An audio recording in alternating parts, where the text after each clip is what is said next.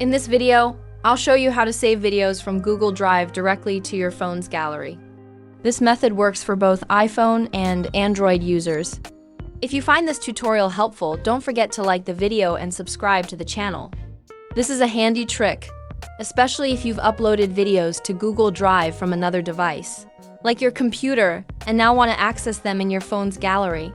To get started, open Google Drive and navigate to the Files tab at the bottom right. Find the folder where your videos are stored. In my case, it's labeled Android to iPhone. You'll see the video files, usually in MP4 format. To save them, tap and hold on a video. If you have multiple files, you can select them all by tapping Select All in the top right corner. Once your files are selected, tap the three dots icon and choose Download. Wait for the download to finish, then open your phone's Gallery or Photos app. You'll find the videos saved there. Keep in mind that they'll appear based on the file's original date. So if they're older, you might need to scroll back to locate them. And that's it.